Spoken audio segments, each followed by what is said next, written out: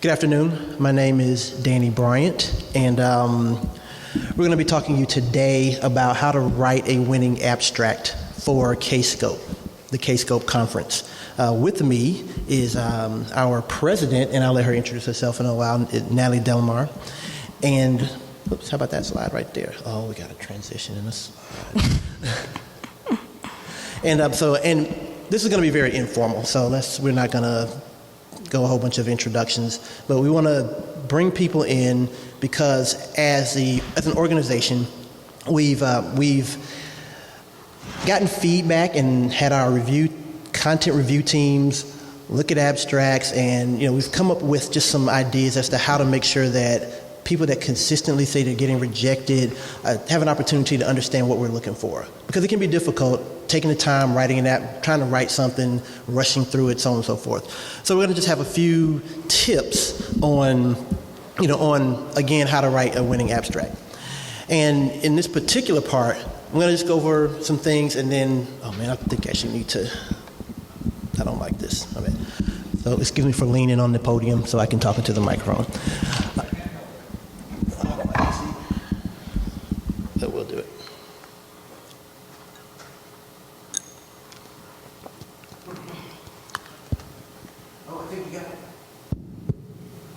That's that IT. Is that? Can I turn this one off? You can leave that on. Okay. Actually, we're doing a recording. I just have to make sure that we get everything. Okay, awesome. All right. So can everybody hear me still? People in the nosebleeds back there. Okay, awesome. All right. So again, very informal. We'll have an opportunity for you to ask questions about the process. Ask questions just about how we go about determining who gets into K-Scope and gets to speak in front of the thousands and thousands of people that we saw this morning at the opening session. So, a few key points. Consider your audience. When we're writing abstracts and reviewing abstracts and thinking about K-Scope, this is a conference for content, technical content learning. So when we are talking about, when you're writing your abstract, think about who you're trying to send the message to.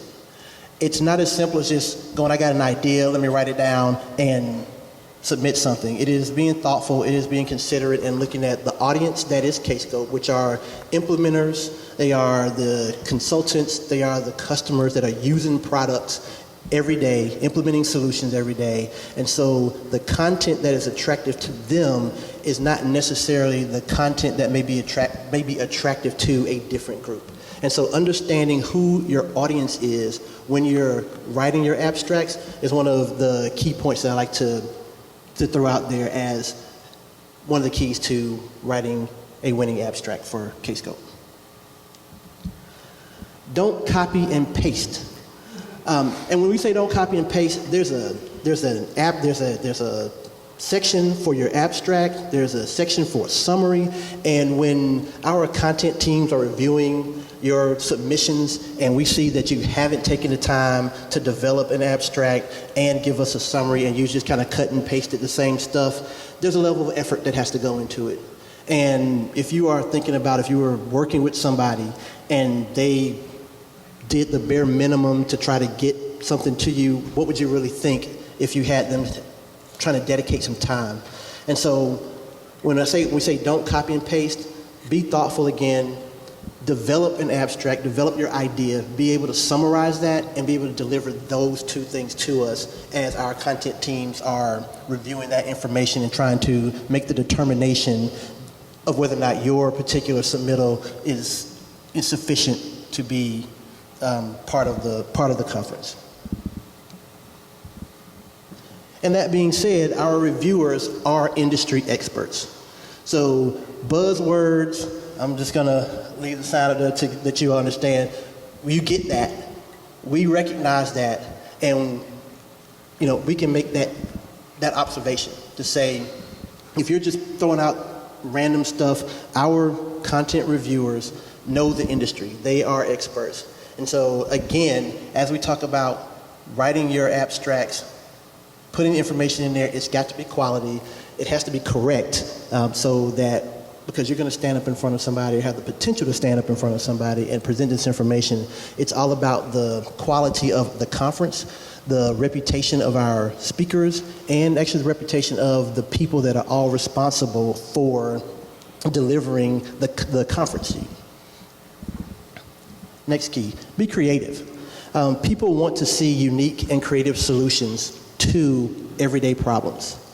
That's not to say that there aren't common problems that everybody has solutions to, but when you add the creativity, how are you bringing technologies together to solve problems that meet everyday needs? How are you combining the Oracle database? How are you combining that with other wraparound services to deliver a solution is where people want to see. They want to be able to come out there.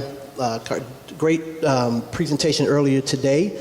Brought Oracle Jet in, brought REST services, ORDs, some soldering onto a power meter, all kinds of stuff. So creativity is one of those things that somebody can read an abstract and say, wow, this is something that's interesting, and I think everybody else would like that. Now, that was a little technical for some people. As his t-shirt says, I void warranties, so be careful when you go to those, because everything that you own will no longer be under warranty. All right, so our next one, marketing. This is, I'm gonna put open world is for marketing. Your salespeople, go to open world. Here, it's about the technical stuff. It is about the solutions. Marketing presentations do not go anywhere in a review for our conference. There are times that we allow for some marketing, but if your presentation is all about your company and how great you are, that's not going to fly. So when we say this, no marketing. Be concrete. Tell us what you're doing. We don't need to be overly verbose. What we want to know is what is the essence of your particular submittal. The abstract should be concise. Your summary should be concise, not to the point that you're cutting and pasting. At the same time, we don't need to have tons and tons and tons and tons of description. From some language perspective, use direct phrasing. Tell us what you're doing. Don't make us think about, oh, well, what does he really mean, or what does she really mean behind this? Because we want to know, as content reviewers, again, what that information is and how you're going to help our participants and our attendees solve problems. And here's one of my favorite ones. Start early. And I kind of went on Twitter, and sometimes it's a little joke because people wait to the very last minute to submit their abstracts. And then you get rushed. And then your content is not together. And so this is a note, again, take your time, build out your thoughts, put them down, let our reviewers understand what you're trying to do so that we can make a determination as easily as possible. And then the final slide for this part of the presentation is the discussion. And it'll go into a literal discussion shortly. But have time for your attendees that are in your sessions to be able to interact and ask questions. Don't build out a presentation that takes the entire, if it's 45 minutes, if it's 50 minutes, it's an hour, rushing to the end, and then everybody has to get up and walk out. You want to have, when you're developing this content, you want to put into it a window so that you have an opportunity as the expert that's made it through all the other slides that we've talked about when you get up here, is to be able to have that discussion, be able to talk about what those solutions are, clarify things, because they can be complex, so nobody's saying it's easy. But, so we want to have an opportunity for discussion, we want to have an opportunity for interaction, and those are the things, like from my perspective, that when you're trying to write a winning abstract, you need to take into consideration. You need to be thoughtful. You need to be concise. You need to deliver that message and allow for your audience to be an active participant. So that's the general approach. I'm going to turn it over to Natalie so she can talk more specifics and some things and some ideas about digging into the more details of writing a winning abstract. So I wanted to kind of break the ice and open up that. So thank you very much.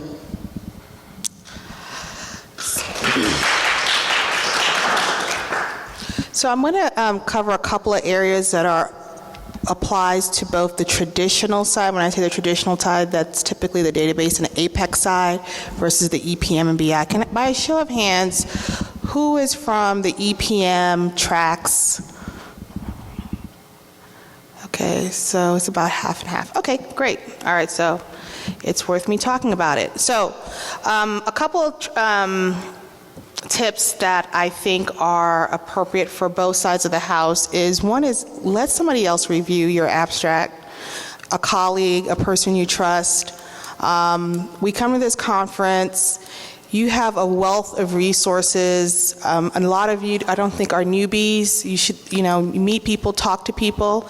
And if you're writing an abstract, bounce it off with somebody, get their opinion, because sometimes we have blinders on to our own ideas. So it's worth consulting with somebody you trust to review your abstract before you submit, just to make sure it's clear and what you're trying to get across comes across.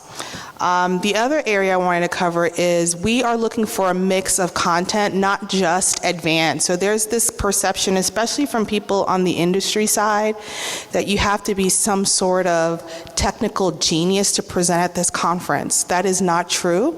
We look for people who are willing to present beginner, intermediate, and advanced topics. The only requirement is that, as Danny stated, you need to be concrete and you need to write a good abstract. You need to have decent speaking skills, and that's evaluated after the first time you speak. But that you can you have a command of the material. And some of the beginner material is not complex, but it's still valuable. We have millennials coming and they're just getting into the profession, other people who are just getting into the profession. So from an EPM perspective, because that's where I come from, intro to calc scripts is still a valid topic. Intro to writing calc manager rules, gotta get cloud. So don't be afraid to write a beginner or intermediate type of abstract. Okay, more onto the EPM specific things. We do put a priority on customer presentations in the EPM track.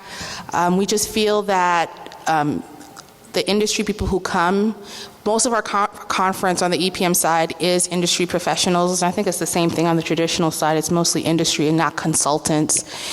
And clients or industry people like to hear from industry people, but it's very difficult for clients to speak or who want to speak. Your companies are sending you here paid anyway, so it's not like you really need the free pass, but we really want you guys to speak. So if you are an industry expert, we really, really, really put a priority on that. If you are a consulting firm, if you are on the consulting side, obviously, we have consultants speak all the time. What gives you a priority is if you partner with your client to speak, because then we're getting the voice of the customer in the presentation, which is very much a value. Okay, so that's one thing. We are also looking for first-time speakers. We like to keep our content fresh, and one of the ways to do that is to get first-time speakers. So this is another one that applies to both the traditional and EPM side of the house. First-time speakers, are we at like 25% this year? Higher, 35%. So I know there's some speakers that are like considered rock stars and they come back every year, but there's enough slots that new people are invited to come speak as well.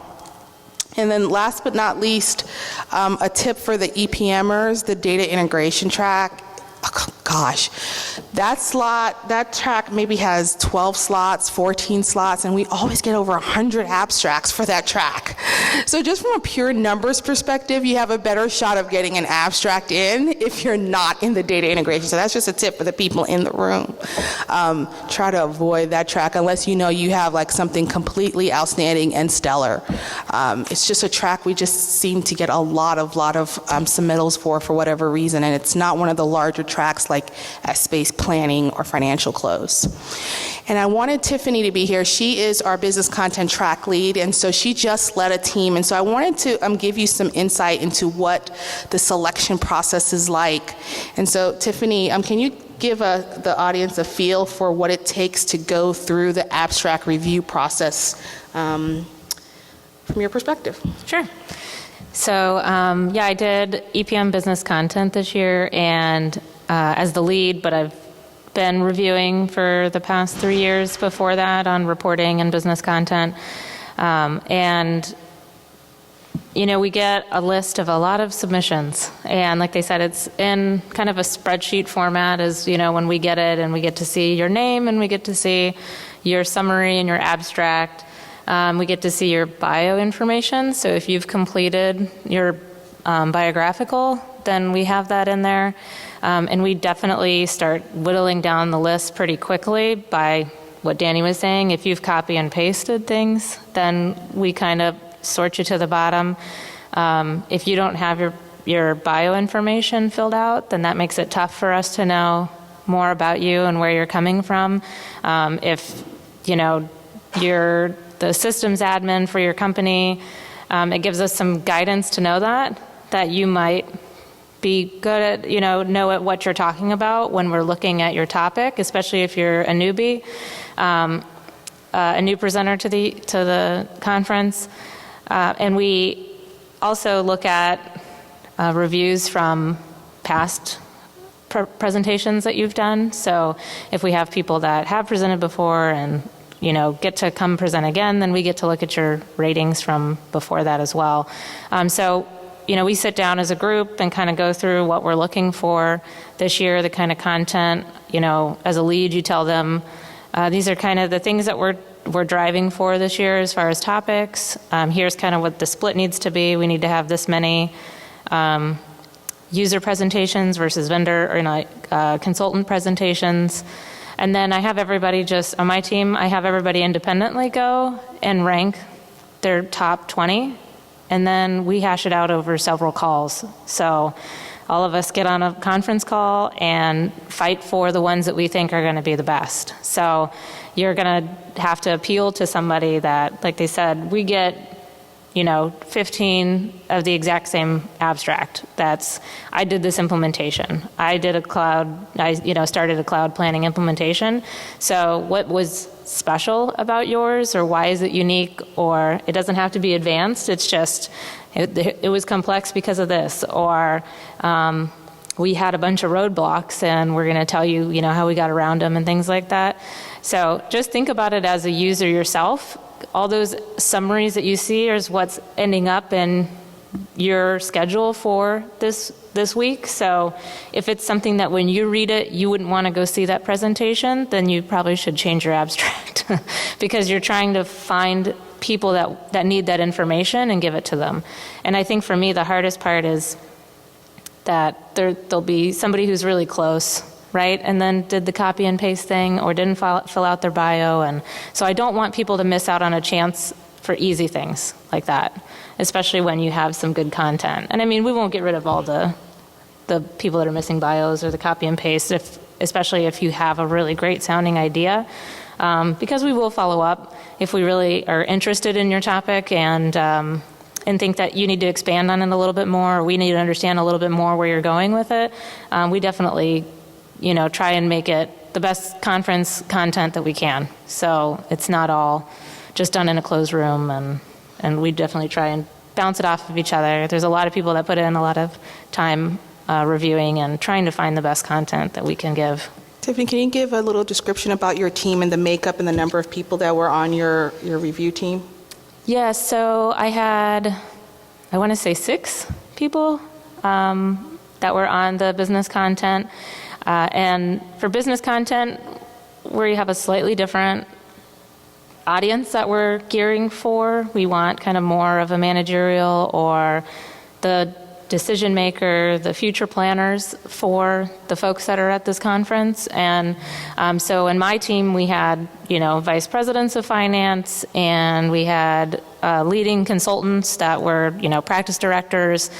So I had a lot, I think, more of a senior position reviewers on my team that were, their perspective was, if I was going to this conference, what kind of content do I need to talk about, or what kind of questions is my CFO asking me. Those are the kind of things that we were trying to answer. I know when I was on other teams and talking to other teams, it's similar. There's people who are new to it, that are new to the Kaleidoscope experience, have been coming for a couple years, and can give the perspective of, I'm a beginner, and I think these would be great beginner type sessions for other people that are new to this. And then there's people who have been in the industry for 20 years and know how to filter out some of the more advanced topics. So yeah, it was a variety. There's, I think, a variety when you're on the different teams, but for mine, it was a little bit more of a senior set. So on the more technical tracks, you're going to have still a diversity, client or industry professionals versus vendors, people at different experience levels. We try to make sure that it's not the same people reviewing year to year. So I think it's like about a 2-year to 3-year rotation for people to be. The track leads is definitely a 2-year. Some people last a little longer. Oracle ACEs and ACE directors, because of their standing in the community and their, what they do in the community. Sometimes they last a little bit longer on content teams, but for the most part, we try to keep our content teams fresh, and the best way for us to pull from that is who we meet at the conference.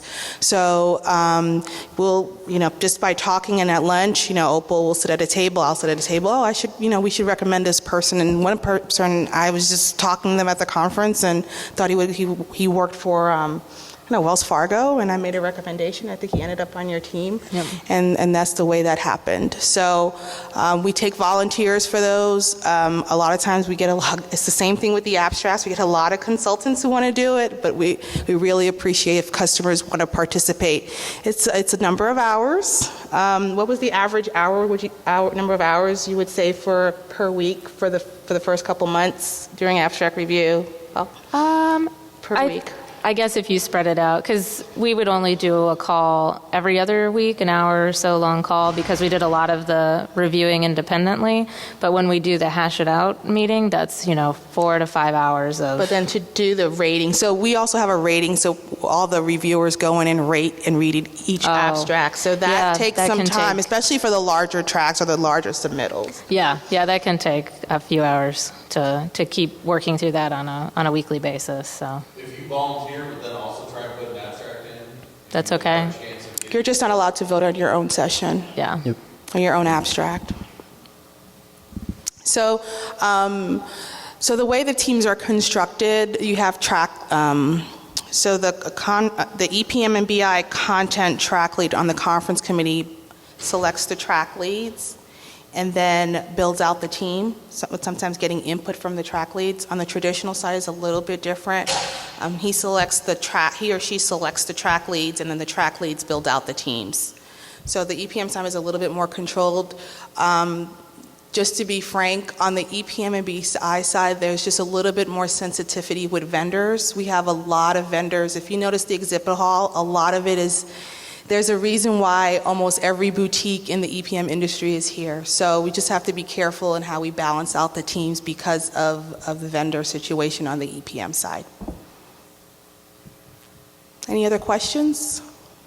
Yeah. I'm curious if you could share your thoughts on, I noticed that a lot of conference attendees are male, and a lot of presenters are also male. So what could be done, or what are we doing to increase female participation in presenting or submitting abstracts? So I think I have a thought on that. I think it's a very deep dive discussion about it, but I think as in general, females, we have a hard time thinking that we're capable of giving a presentation, right? If there's somebody in the room who says, I don't know this stuff well enough to be able to be giving a presentation. I know that was me when I, for years, did not submit presentations because I kept saying, well, I'm not an expert, and Opal can tell you I've said this as well when I was asked to do the EPM content for next year. It's like, I'm not like the expert in this, right? But I think that it's really us just trying, right? You have to put yourself out there. You have to know that the worst that's going to happen is you won't get selected, right? So I think it's up to all of us that if we know somebody or we have a colleague, female or male, that could do something, is good at presentations or has a good idea, just put your name in the hat, right? Because you definitely won't get it if you don't submit your name for it. But I think that it's a thing about just kind of taking that first jump. But definitely, I mean, I don't say that I try to really hard I try to pick people for their content, not for any other factors other than the fact that, they copy and pasted stuff, or they're a vendor, a consultant or something like that. Those are factors that are in there. But I try to just give everybody from an even keel of it. But I think that we should all go out and just tell everybody and tell ourselves to just try. That's the number one thing you can do. So women tend to fall back. We are taught as little children to share and let everybody have their own time, and not let our light shine, right? So if you look at how our society raises boys and girls, boys are taught to be very forward, aggressive, go for what you want. Girls are taught to share and give everybody equal time, right? So that perpetuates what we see with women as they go through their careers and feeling like they can't let themselves shine. So it's a cultural thing that we just have to break out of. So our Women in Technology luncheon, those are one of the types of topics that we try to address. Standing up, speaking up for yourself, touting your own horn. I think we have a hard time saying, hey, I'm kind of amazing, And it's okay to do that. And you're not, I think the perception is that you're going to be seen as being arrogant while men are seen as being confident. And it's a paradigm shift that's going to have to take place where we're letting women shine without being perceived as being a negative thing as opposed to just being a confidence thing.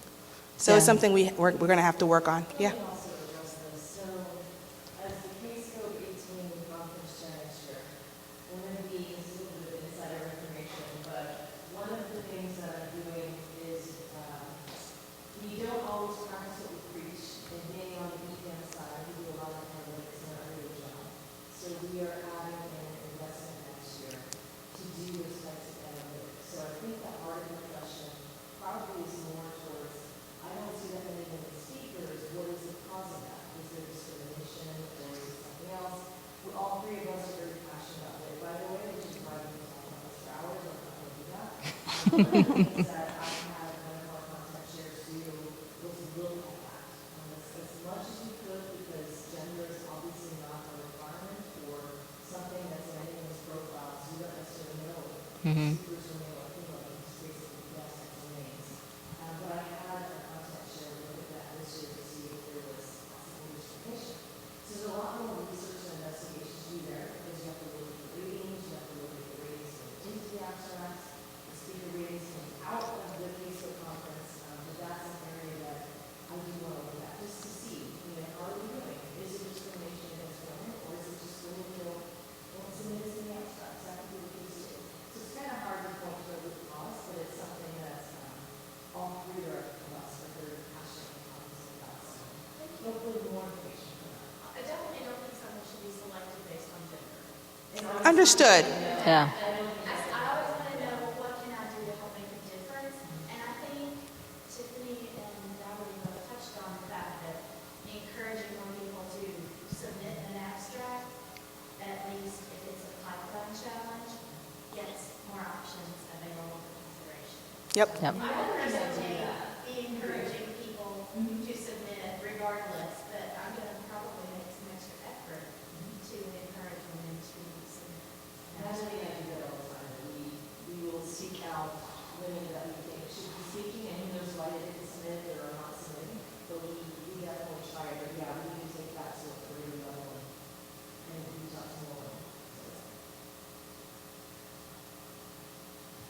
Any other questions? Yes. Is there a place where we can see examples of abstracts and bios and summaries? So all the summaries of the abstracts are what are in the app. That's the summary. The abstracts so there's two parts to submitting. There's the summary, which is what is presented on the website or in the app, that you know what presentations to go to. And then an abstract is much more detailed for the content teams to evaluate the meat of your presentation. Opal wrote a blog post. Did you have an example on there? We are probably going to recirculate, I think all of the content shares at some point have written a blog post on how to write good abstracts. So we'll probably just push that back out as we go to abstract season again. I have a very, very detailed one that's like, don't do this, don't do this. It's not really all this stuff. But I think others have written some too, so we'll push all that stuff, and maybe you can get to think about a new one and stuff. Yeah. Do you think there is an opportunity to actually put? Oh, do you think there's an opportunity to put a sample of an abstract somewhere on our site somewhere? Okay, so the reason why I didn't do that in my blog post is I didn't want to show favoritism. So I just said, look at the previous year's case website, because those are obviously all the approved abstracts. So they were also approved, so I didn't want to take favorites on one. Yeah, it's hard to show ones that don't work, because then the person, if we put a blog that says, oh, this one was terrible, then somebody's going to look at it and say, oh, that was mine. But exactly. And so, yeah, anything that is, like Natalie said, in the brochure, on the app, or, in your program for the week, the app, those are the winning ones. But So- yeah, that's the summary. I think they're looking for the Abstract. yeah. Okay. I think definitely we can come up with a better example, or I know that I'm more than happy to help somebody as they trying to figure out how to work through it, that through email or something you can reach out and I can help you figure out a good way to craft it, or give a suggestion as to what's different, what should be different. So that might be helpful too. I mean, it's a small room, so I'm not signing up to help 1,000 people at the moment, but if 1,000 people wanted help, then I could do that. But that's a good suggestion. Any other questions about the process, about the selection process, or about actually writing an abstract? So is everybody going to write an abstract this year and submit? Everybody says Everybody should be like, Yes. yes, because we know what to do to get it approved. Yes. Any idea when it's going to open for proposals for next year? Should be immediately after this conference, if it's not already open. The When's website's the- up, so I just don't know if the content selection starts up yet. When's the deadline? Okay, so we haven't discussed final due dates, but generally speaking, it's mid-October, which is when the abstracts are due. Generally speaking. And to speak to his first point, it's not that I'm trying to wait till the deadline. I'm actually in a situation where I'm switching jobs. I'm heading into a new company that I see is opening up some opportunities on talks that is going to push me to actually finally put an abstract in, which I've been wanting to do for years. But I need to make sure I have enough time to see the challenges they're getting and how I'm going to get around it before I can actually put that abstract in. When he says don't wait till the last minute, I think he means don't wait till the last minute to construct it. Right, You yeah. can submit up until the deadline. We don't have a preference for people who submit 2 months early or 11:59 on the night day it's due. Yeah, We right. don't So see it. we have a deadline when you actually have to submit your presentation, and we tend to see jokes all over Twitter about waiting to the very last minute to do that. Then it can lead to being a rushed presentation. So building that whole thing into your working calendar is where we are, because at the end of these you'll get evaluated and a rush through. Well, But yeah, we don't, as a content reviewer, you don't get to see when the person submitted it, so it all just comes into one. So we don't know if you did it 2 hours ahead or 2 months. good question. Any other questions? Okay, I'm gonna throw something out there. All right. No, it doesn't have to be on cloud. Yes. For me, when I'm looking at things, I want things that are customer related, right? And if you were at Sunday Symposium, they were saying about 75% of us are still on-prem. So if your solution is about on-prem, then there's probably a lot of other people in the room who would listen to that story and gain something from it. So as another person who's at a client, who's a customer in a company, I want to hear about how you're fixing things. I want to hear how, you dealt with certain things that aren't working with the latest upgrade, because on-prem is a little different than cloud, and, it is what it is, and there's a variety of topics that need to be covered here, so.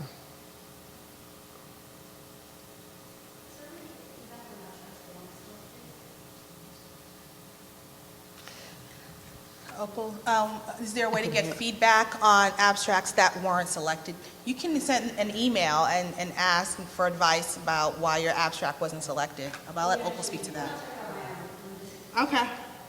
No, we definitely have vendors and specific folks who ask every year, why you not selected or submitted 20 abstracts or not. We would have to provide that. It's just, I had somebody who was recently, and it feels really one probably, Yeah, you can ask. Because as part of a reviewing piece, we have to go in and give a rating to the presentation, the abstract, but then also we try to put down as many notes as we can to say that this was one of 5 presentations on FCCS, and the other ones had further details in their abstract than this one. I'm sorry? Who should she Who to contact? contact for that? Next year it'll be me, but On the EPM side. yeah. On the EPM side. On EPM it'll be me. Right, but are you looking for feedback from this year's selection process? Tim? Yeah, Tim German. Tim German. Way to put him on the spot. So what do you think is the largest expense for the conference? Any idea? Food? Close. It's the comps we give to the speakers. So we have, how many speakers do we have? 200 speakers? Yeah, a little over 200. 200. So basically we're giving a $1,500 plus pass to 200 and something people, and we got to cover their expenses at the conference. So one of the things we have to do is we can't afford to give a 1-to-1 ratio for comps to presentations. So sometimes, so there's a couple of things that we do. One is, I know on the traditional side, they look for, they only give speaking slots to established speakers. I mean, if you're not an established speaker, if you're a beginner speaker, you can only present one time so that we can see your evaluation before you get more than one. But there has to be a balance between comps and the number of presentations. So another tip is to, if you have spoken at other conferences, it doesn't even have to be ours, but if you're a known speaker, if you've spoken at Collaborate or Open World or whatever, submit 2 or 3 up to 4 presentations, because that'll help us, because we can't afford to do the one speaker, one presentation, one comp. We have to look at people being able to do at least 2 sessions.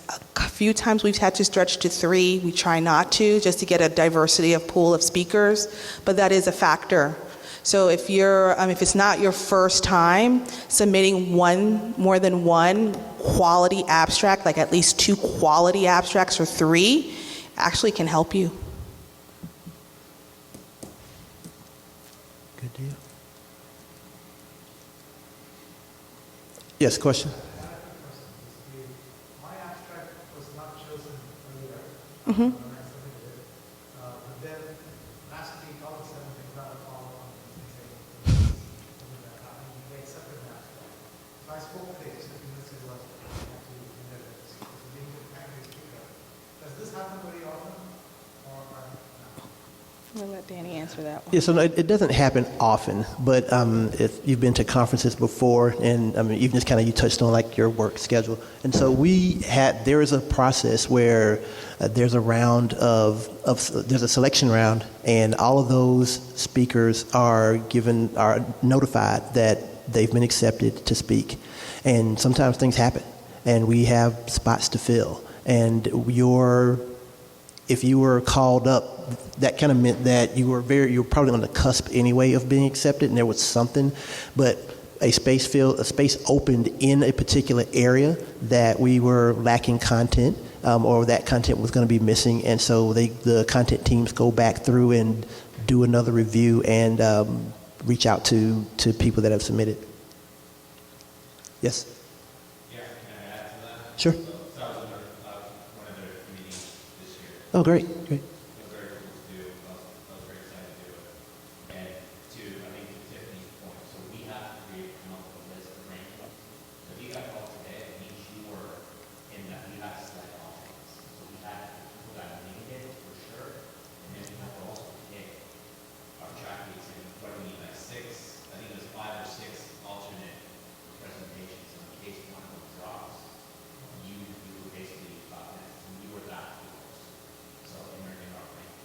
Yeah, we get cancellations occasionally, not a lot, but for various reasons, right? Travel, family commitments, blah, blah, blah. And so then obviously we hope that it happens more than just 2 weeks before the conference, so that you guys, when we call you guys as alternates, that you're not scrambling. So we've battled, like, do we let people know they're alternates or do we not? And it's just, because then, it's kind of like this, I don't know, this weird zone, twilight zone area that, you might never get called. And so I don't know what you plan on doing for next year, Opal, if you're going to let people know that they're an alternate. But then we don't want you to go, and it takes a lot of time to build an abstract, and we don't want you spending, I know people who spend 80 hours to 100 hours building their presentations, and then you never get called. So. Being somebody that would want to submit an abstract, I would want to hear if I was on that cusp of, even being an alternate, because then, even if you don't get called that year, that means I was that close, I could just spend maybe an extra 10, 20 hours on that abstract, and I'd get chosen next year. Yeah. Yeah. I mean, if he was that close to the cusp, Yeah. and he got called, he's going to do it this year. Great.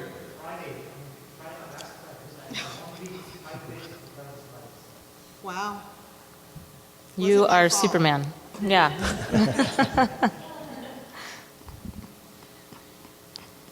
We are empathetic to that situation. So, Yeah. So another thing we balance for is,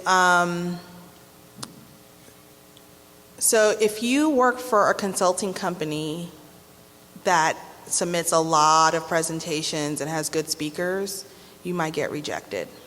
Because one of the things we look at is we don't want it to seem like this one consulting company or this one vendor to have 30 presentations or 40. We actually cap the number of presentations for the consulting companies on the EPM side because of the whole issue with, with vendors. And there's a lot of benefits for a vendor to be up in front a lot of times because they're basically getting 75% of the audience is people that they could possibly sell their services to. So it's one of the things we look at. So if you work for a consulting company, even if you write a great abstract, there might be other people writing great abstracts in your company, and it might be a numbers thing too. So that's just something to consider. You might want to coordinate with the people at your firm to say, okay, well, who should we submit, because it's going to get cut off. There's a limit. We don't want to be known as anyone's conference, right? other than the users. Right, except you guys. This is the Oracle Users Conference, not a vendors conference. It's not even Oracle's conference.